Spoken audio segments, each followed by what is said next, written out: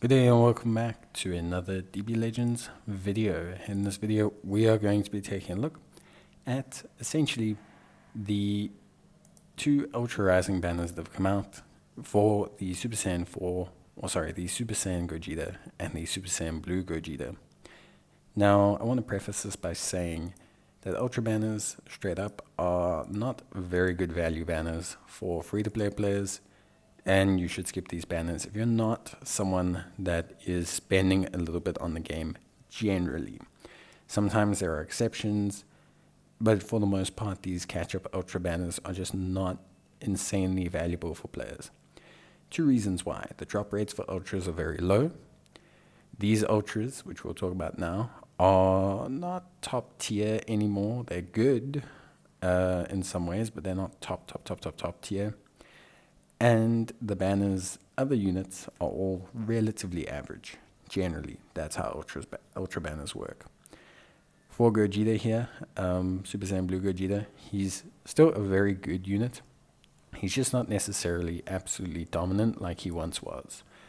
In terms of his overall performance, he's a really solid unit. His big mechanic is his unique gauge. And how his unique gauge works is it's very similar to SS4 Gogeta's, except it allows him to proc off of it. So, for example, with SS4 Gogeta's counter, when SS4 Gogeta counters, you essentially struggle, I want to say, with the countering because it's not a combo ability. So that prevents the attack, it doesn't open up an opportunity. Gogeta Blues is very different. Gogeta Blues procs the ability to combo. So in this regard, it's technically better in some ways than the, counter of SS4 Gogeta.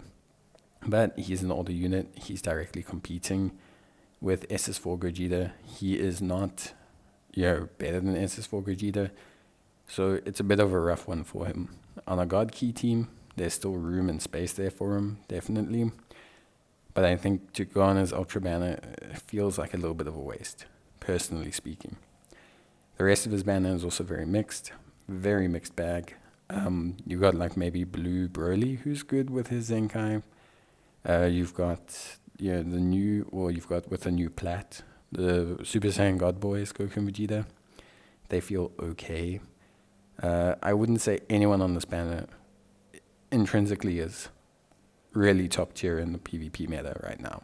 Maybe SS4 Vegeta is good for a boost for Gogeta and SS4 Gogeta, but I wouldn't really summon for that. On the Super Saiyan Gogeta banner, kind of a similar story. I think the first big summonable Ultra Gogeta, and he can still do on the right build some great special damage, and he can still do some really good damage to players. He still has that ability in his locker. However, it's just harder to make it all come to fruition. It's just not easy to make it all come together. It doesn't work as well as people would like it to.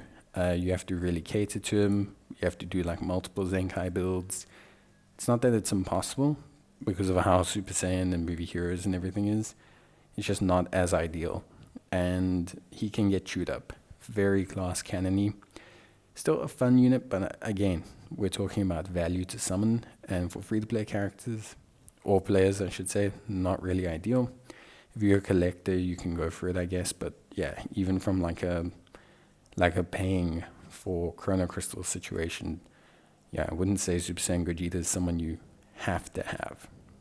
Unless you're a collector in that way, Fusion's Master is solid on the banner, that's for sure. He's definitely the best banner unit here.